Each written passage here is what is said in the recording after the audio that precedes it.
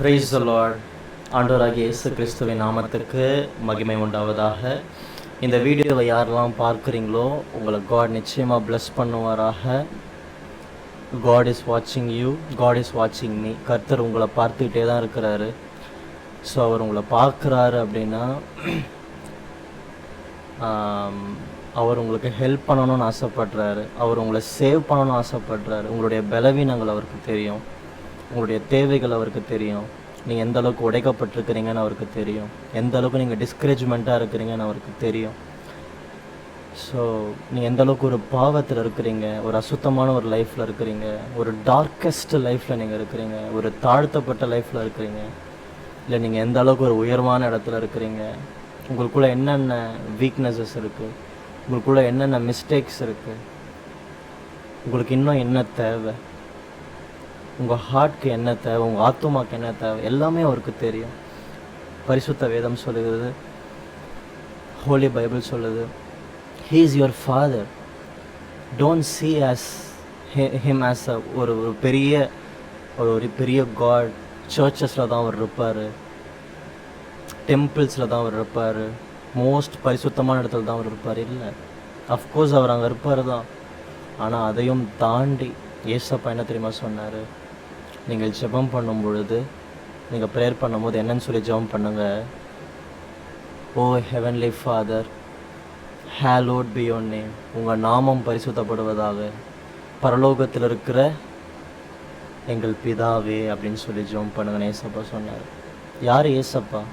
Sun of God, காடுடைய own son. இந்த உலகத்தில் 2026 இயர்ஸ் பிஃபோர் இந்த உலகத்தில் ஆல்மைட்டி காட் இந்த உலகத்தில் நடந்து போயிருக்கிறார். எதுக்காக அவர் இந்த உலகத்துக்கு வந்தார் தெரியுமா? அந்த காடை நமக்கு வெளிப்படுத்த தான்.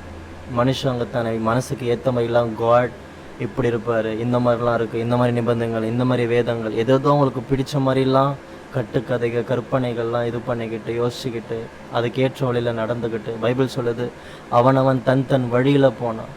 அவருடைய மனசு என்னெல்லாம் தோணுச்சோ அந்த போகிற போக்கில் அப்படியே போயிட்டு இருந்தான். போகிறோட எல்லாம் பாவங்கள், ஓரண செயற்கைகள், எல்லாமே நல்லது, மை லைஃப் மை ரூல்ஸ், அந்த கேடு, கொலைகள், கொள்ளைகள், அன்பு இல்லை, இதெல்லாமே பண்ணிட்டு ஆண்டவர் நான் தேடுறேன், காடை நான் தேடுறேன்னு சொல்லிட்டு கையை வெட்டுறது, காலை வெட்டுறது, ஆடை வெட்டுறது, மாடம் வெட்டுறது, இவனை கொலை பண்ணுறது, அவனை கொலை பண்ணுறது, இதை மிதிக்கிறது, அதை மிதிக்கிறது, குத்திக்கிறது, கீரிக்கிறது, எவ்வளோ கலிஜான காரியங்கள்லாம் பண்ணிகிட்டு இருந்தாங்க. ஸோ காடை யாருமே ஒருவனும் ஒரு காலமும் கண்டதே இல்லைன்னு சொல்லிட்டு பரிசுத்த வேதம் சொல்லுகிறது. என் கையில் இருக்கிற பைபிள். ஆனால் காடை யார் தெரியுமா பார்த்தா? யார் பரலோகத்தில் இருக்கிறாங்களோ, காட் பரலோகத்தில் தானே இருக்கிறாரு, ஹெவனில் இருக்கிறாரு. ஸோ யார் ஹெவனில் இருந்து யாரெல்லாம் காடை பார்க்குறாங்களோ அவங்களால மாத்திரம்தான் காட் எப்படிப்பட்டவர், அவர்கிட்ட எப்படி போக முடியும், அவரை எப்படி ரீச் பண்ண முடியும், எப்படி அவரை நம்ம பெற்றுக்கொள்ள முடியும், எப்படி அவருக்குள்ளே நம்ம இருக்க முடியும், அந்த குட்னஸை நம்ம அனுபவிக்க முடியும். காட் இல்லாத வாழ்க்கை ஒரு செத்துப்போன வாழ்க்கை. ஸோ அங்கேருந்து வரவரால் தான் காடை வெளிப்படுத்த முடியும், நம்மளை சொல்ல முடியும். அப்படி தானே? ஃபார் எக்ஸாம்பிள், ஒரு பெஸ்ட்டான டீச்சர் இருக்கிறாங்க, ஒரு மேக்ஸ் டீச்சர்னு வச்சுக்கொள்வோமே. நீங்கள் எல்லாருமே டியூஷன்லாம் போயிருப்பீங்க, ஸ்கூல்லாம் போயிருப்பீங்க. ஸோ நிறைய டீச்சர்ஸ்லாம் இருப்பாங்க. உதாரணத்துக்கு ஒரு மேக்ஸ் டீச்சர், அவங்க கணக்கு சொல்லி கொடுத்தாங்கன்னா அவ்வளோ நல்லா புரியும் அவங்களுக்கு, ஓகேவா? ஸோ அவ்வளோ ஒரு பியூட்டிஃபுல்லாக சொல்லிக் கொடுப்பாங்க, அவ்வளோ புரிகிற மாதிரி சொல்லிக் கொடுப்பாங்க.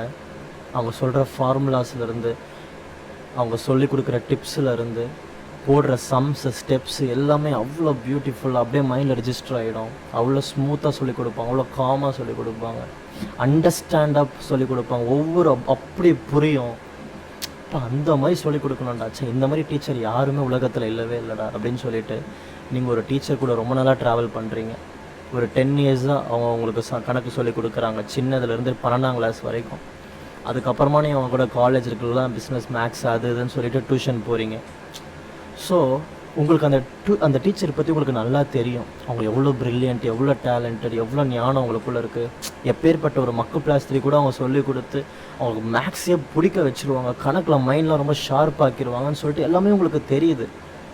ஆனால் ஒரு 4 ஸ்டேட் தள்ளி இருக்கிற ஒரு ஆந்திராலேயோ இல்லை தெலங்கானாலேயோ இல்லை பிற ஸ்டேட்டில் அந்த நார்த் சைடில் இருக்கிறவங்க உங்களோட ஃப்ரெண்ட்ஸ்க்கு உங்கள் மேம் சுத்தமாக தெரியாது, கரெக்டு தானே? ஸோ அவனுக்கு மேக்ஸ் தேவைப்படுது, அவனுக்கு ஒரு நல்ல ஆசிரியர் தேவைப்படுது. ஆனால் அவனுக்கு அவன் பார்த்துருக்குற ஆசிரியர்லாம் ரஃப் அண்ட் டஃப்பாக இருக்கிறவங்க, கடமைக்காக சொல்லி கொடுக்குறவங்க. புரிஞ்சால் சரி, எல்லாம் டியூஷன் ஃபீஸ் எனக்கு வரணும்ப்பா, ஸ்கூல் ஃபீஸ் எனக்கு வரணும்ப்பா, இதை அப்படியே மக்கப் பண்ணிக்கோங்க, இதை ஃபார்முலா மக்கப் பண்ணிக்கோங்க, வந்தோடனே போர்டில் ஃபுல் சம் எழுதி போட்டு இதை காப்பி பண்ணிக்கோங்க, அப்புறமா சொல்லிக் கொடுக்குறேன். இந்த மாதிரியான டீச்சர்ஸ் தான் அவன் பார்த்து பார்த்து வளர்ந்ததுனால, டீச்சர்ஸ்னாலே இப்படி தான் இருப்பாங்க. சரி, டீச்சர்ஸ்னாலே அவங்க சொல்லுவாங்க, நம்ம அதை பார்த்து எழுதிக்கணும், வீட்டுக்கு நம்ம மக்கப் பண்ணணும், அப்படி எப்படி நம்ம எஜுகேஷனே இப்படி தான் இருக்கும். அப்புறம் எக்ஸாம் வரும்போது நம்ம பக்கத்தில் காப்பி பண்ணி எழுதிக்கணும், பிட் அடித்து எழுதிக்கணும். இப்படி தான் மைண்ட் செட். எக்ஸாம்னாலே இப்படி தான், ஸ்கூல்னாலே இப்படி தான், எஜுகேஷன்னாலே இப்படி தான். அதில் அண்டர்ஸ்டாண்டிங் இருக்கிறது, பிரைட் ஆகிறது, எல்லாமே தெரியறது, ஞானமாக நடக்கிறது, பிறருக்கு சொல்லிக் கொடுக்குற அளவுக்கு நம்ம ரொம்ப கான்ஃபிடெண்ட்டாக இன்டெலெக்சுவலாக மாறுறது. இந்த ஒரு ஐடியாவே இல்லாத ஒருத்தன் ஃப்ரெண்ட் அப்படியே இருக்கிறான், அவன் லைஃப்பில் அப்படி பார்த்து பார்த்து வளர்ந்துட்டான். அவனுக்கு ஒரு நல்ல ஒரு ஆசிரியர் தேவை. ஆனால் உனக்கு அந்த ஆசிரியர் நல்லா தெரியும், நீ அதுக்குள்ளே ட்ராவல் பண்ணியிருக்கிற. ஸோ இந்த ஆசிரியரை பற்றி நீ அவனுக்கு அவன்கிட்ட நீ கொண்டு போய் சேர்க்கணும். இந்த ஆசிரியர் பற்றி இருக்கிற இன்ஃபர்மேஷன். அப்போ தான் அவன் எவ்வளோ செலவானாலும் பரவாயில்ல, எனக்கு இந்த மாதிரி டீச்சர்ஸ் தான் வேணும், இந்த ஆசிரியர் இருக்கிற ஸ்கூலில் தான் நான் படிக்கணும், இந்த ஆசிரியர் இருக்கிற காலேஜ் தான் படிக்கணும்னு சொல்லிட்டு அவனுக்கு இந்த ஆசிரியருடைய பெஸ்ட்டு தெரிஞ்சிருச்சு அப்படின்னா, எவ்வளோ காசு கொடுத்தாலும் சரி, எவ்வளோ காசு கொடுத்து ட்ராவல் எக்ஸ்பென்சஸ் இருந்தாலும் சரி, அக்காமடேஷன்ஸ் எக்ஸ்பென்சஸ் இருந்தாலும் சரி, அங்கேருந்து ட்ராவல் பண்ணி வந்து அவன் இந்த இடத்துல வந்து கற்றுக்கிட்டு அவன் பிளெஸ் பண்ணப்படுவான். அவனுக்கு அந்த பிளெஸ்ஸிங்ஸ் கிடக்கும் அந்த டீச்சர் கிட்ட. ஸோ அவன் அங்கேருந்து இங்கே வரணுன்னா நார்மலாக வர முடியாது, ஓகேவா? ஃபோனில் சொன்னாலும் வர முடியாது. இல்லை, நார்மலாக அவனுக்கு அதுக்கு பற்றின அறிவே இல்லை. அவன் நார்மலாக எக்ஸாம்னாலே இப்படி தான், படிப்புனாலே இப்படி தான், கடைசி வரலாம் ஒன்றுமே இல்லாதவனாக, ஒரு டேலண்ட் இல்லை, ஒரு ஸ்கில் இல்லாதவனவே மாறிட்டான். ஸோ அவனுக்கு இந்த ஒரு இன்ஃபர்மேஷன், இந்த ஒரு நாலேஜ், இந்த ஒரு லைட் எத்தனை போய் சேர்க்கணும் அப்படின்னா, யார் இந்த டீச்சர் கூட நல்லா பழகி அந்த டீச்சரை நல்லா அறிஞ்சு கரைச்சி குடிச்சிருக்கிறாங்களோ அவங்களால தான் அந்த இடத்துக்கு போயிட்டு அவன்கிட்ட போய் கரெக்டாக அதை பற்றி பேசி அவனை பிரெயின் வாஷ் பண்ணி கூட்டிகிட்டு வர முடியும். அதே மாதிரி தான் காடை அறிஞ்சவர், அவர் கூடவே இருந்த ஒரே ஒருவர், தேவனுடைய குமாரன் ஜீசஸ் கிரைஸ்ட். ஆக்சுவலாக அவர் பேர் ஜீசஸ் கிரைஸ்ட்னு உலகத்தில் வந்த அப்புறமா தான் காட் அவருக்கு அந்த பேரை வச்சார். பட் ஹீஸ் மெஸ்ஸாய், அதாவது சன் ஆஃப் காட். அந்த சன் ஆஃப் காட் மனுஷன் உடைய கர்ப்பத்தின் வழியாக பிறக்க வச்சு, காட் யார், காட் கிட்ட நீங்கள் எப்படி போகலாம், காட் எவ்வளவு நேசிக்கிறார் உங்களை, காட் எதற்காக உன்னை உண்டாக்குனார், உன்னுடைய பர்பஸ் என்ன, இந்த மாதிரி அசுத்தமாக ஓரினை செயற்கையாக இருப்பதுக்கு காட் உன்னை உண்டாக்கலை. எதையோ தேடி போயிட்டு விக்கிரக ஆராதனை பண்ணுறதுக்கு காட் உன்னை உண்டாக்கல. தீ மிதிப்பதற்கு நரபலி கொடுக்கறதுக்கு காட் உன்னை தெரிந்து கொள்ளலை. வேசித்தனம் பண்ணுறதுக்கு காட் உன்னை வந்து உலகத்தில் உண்டாக்கலை. எல்லாரையும் கொலை பண்ணுறதுக்கு, வெறுக்கிறதுக்கு காட் இந்த உலகத்தில் உன்னை உண்டாக்கலை. மனம் போன போக்கில் போயிட்டு கஷ்டப்பட்ட நரகத்தில் போகிறதுக்கு காட் உன்னை உண்டாக்கலை.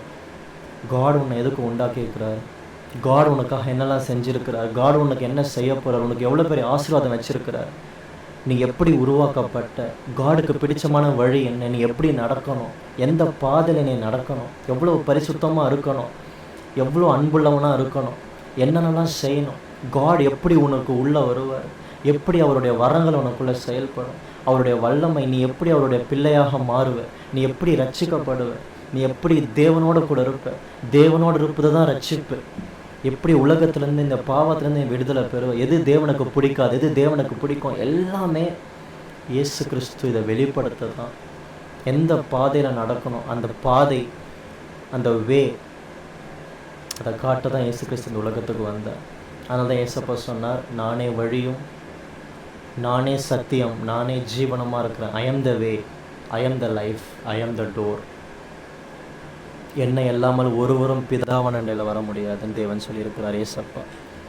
ஸோ ஏசு கிறிஸ்துவ மூலமாக மாத்திரம் தான் நம்ம காட் கிட்ட போக முடியும். அதே எப்படி ஏசப்பா மூலியமாக ஏசு கிறிஸ்து இந்த உலகத்துக்கு வந்து நம்முடைய பாவங்களை அவர் சுமந்ததுனால யாரெல்லாம் ஏசப்பா சொல்கிறத நம்புகிறாங்களோ, ஏசப்பா சொல்லுகிறத விசுவாசிக்கிறாங்களோ, ஏசு கிறிஸ்து சொல்லியிருக்கிறாரு, அவர் எனக்காக இந்த உலகத்தில் வந்து மரிச்சிருக்கிறார், என்னுடைய பாவத்துக்காக மரிச்சிருக்கிறார், அவர் என்ன சொன்னாலும் நான் நம்புகிறேன் அப்படின்னு சொல்லிட்டு அவர் சொல்லுகிறதன் மேலே விசுவாசம் வைக்கிறது மூலியமாக தான் ரட்சிப்பு. அவர் என்னெல்லாம் சொல்லியிருக்கிறேன்னு சொல்லிட்டு இந்த பரிசுத்த வேதாகமத்தில் சொல்லப்பட்டிருக்கிறது.